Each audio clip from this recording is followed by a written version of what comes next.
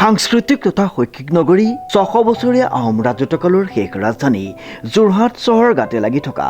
নৱালী হৈ চৰ্দাৰলী টিমটিমিয়াৰ এটি প্ৰাকৃতিক মনোৰম চালে চকুৰোৱা চাহ বাগিচা আৰু শাৰী শাৰী সাঁচি গছৰ মাজত সুন্দৰকৈ নানা তৰহৰ ফল ফুলৰ বাগিচাৰ মাজত নতুনকৈ সংযোজন হ'ল জলপৰী নামাকৰণে এখনি আভিজাত্য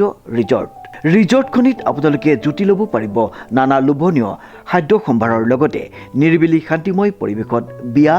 জন্মদিন বা অন্য যিকোনো অনুষ্ঠানৰ সুবিধা লাভ কৰিব পাৰিব এই জলপৰী ৰিজৰ্টত অতি কম মাননিতে ৰিজৰ্টখনিত থকা লেকত আপোনালোকে কৰিব পাৰিব বটিং গতিকে আজিয়ে আহক সপৰিয়ালে জলপৰী ৰিজৰ্টলৈ আৰু লগে ভাগে হাঁহি ধেমালিৰে এসাঁজ খাওক জলপৰী ৰিজৰ্টত ৰাইজক উৎকৃষ্ট মানৰ সেৱা আগবঢ়াই হৈছে আমাৰ একমাত্ৰ লক্ষ্য আমাৰ ঠিকনাটো হৈছে নৱালী টিমটিমিয়া যোৰহাট আমাৰ যোগাযোগৰ নম্বৰটো হৈছে 7896524655 অথবা 6001394297 নমস্কাৰ নিউজ নাওৰ ষ্টুডিঅ'ত মই শ্ৰীমন্ত মাধৱ বৰুৱা চাওঁহক কি আছে আজি আমাৰ সংবাদ দেৰগাঁৱৰ ইন্দ্ৰাণী দেৱী উচ্চতৰ মাধ্যমিক বিদ্যালয়ৰ প্ৰতিষ্ঠা দিৱস আৰু প্ৰাক্তন ছাত্ৰ সমাৰোহ উপলক্ষে কবি শিক্ষাবিদ অতুল ঠাকুৰ সোঁৱৰণী নাট্য সন্ধ্যাৰ নিবেদন ডক্টৰ পৰাশমণি ঠাকুৰৰ ৰচিত সামাজিক নাটক বাটোৱাৰা নিউজ নাওৰ এক ৰিপৰ্ট দেৰগাঁও চহৰস্থিত ইন্দ্ৰাণী দেৱী উচ্চতৰ মাধ্যমিক বিদ্যালয়ৰ প্ৰতিষ্ঠা দিৱস আৰু প্ৰাক্তন ছাত্ৰ সমাৰোহ উপলক্ষে নাট্যকাৰ কবি শিক্ষাবিদ অতুল ঠাকুৰ দেৱৰ সোঁৱৰণী নাট্য সন্ধ্যাৰ নিবেদন ডক্টৰ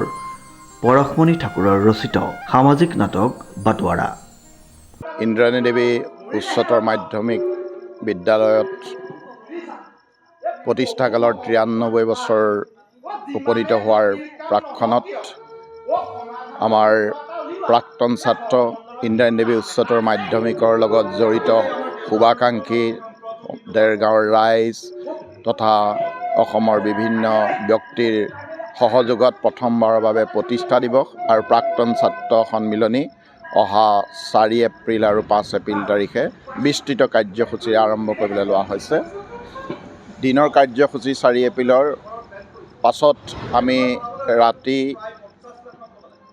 আমাৰ প্ৰয়াত একালৰ শিক্ষক কবি সাহিত্যিক নাট্যকাৰ অভিনেতা বিশিষ্ট আবৃত্তিকাৰ অতুল ঠাকুৰ ছাৰৰ সোঁৱৰণত আমি প্ৰাক্তন ছাত্ৰ তথা শুভাকাংক্ষীৰ সহযোগত এখন পূৰ্ণাংগ নাটক অনুষ্ঠিত কৰিবলৈ লৈছোঁ নাটকখন হ'ল বাটোৱাৰা এখন সামাজিক নাটক আমি ছাৰৰ সোঁৱৰণত এই নাটকখন কৰিবলৈ সুবিধা কৰি দিয়াৰ বাবে আমি আমাৰ ইন্দ্ৰাণী দেৱী উচ্চতৰ মাধ্যমিক বিদ্যালয়ৰ কৰ্তৃপক্ষক তথা পৰিচালনা সমিতিক আমি ধন্যবাদ জ্ঞাপন কৰিছোঁ আৰু এয়া আমাৰ আখৰা চলি আছে প্ৰস্তুতি আমাৰ তুংগত আমাৰ এইটো বৰ আখৰা চলি আছে গতিকে সকলো আমাৰ সহযোগত আমাৰ কামখিনি আগবাঢ়ি আছে বাকী আমি আপোনালোকৰ জৰিয়তে সমূহ ৰাইজক অকল প্ৰাক্তন ছাত্ৰ বুলি নহয় সমূহ দেৰগাঁওবাসী ৰাইজ বা অসমৰ বিভিন্ন প্ৰান্তৰত সিঁচৰিত হৈ থকা আমাৰ প্ৰাক্তন ছাত্ৰসকল তেখেতসকলক আমি আমন্ত্ৰণ জনাইছোঁ আপোনালোক আহিব 4 তাৰিখে ৰাতিপুৱাৰ পৰা 5 তাৰিখে একেবাৰে ৰাতিলৈকে 5 তাৰিখে আমাৰ সাংস্কৃতিক সন্ধ্যা আছে দিনত আমাৰ প্ৰাক্তন ছাত্ৰসকলৰ সন্মিলন আছে অন্তৰংগ আলাপ আছে সকলোতে আপোনালোক জড়িত হ'ব প্ৰতিটো অনুষ্ঠানত আপোনালোক জড়িত হওক আৰু আমাৰ যি নাট্য অনুষ্ঠান আছে আপোনালোকৰ উপস্থিতিয়ে ইয়াক আমাক অনুপ্ৰাণিত কৰিব আমাৰ ভুল ত্ৰুটিবিলাক দেখুৱাই দিব আমাক উৎসাহিত কৰিব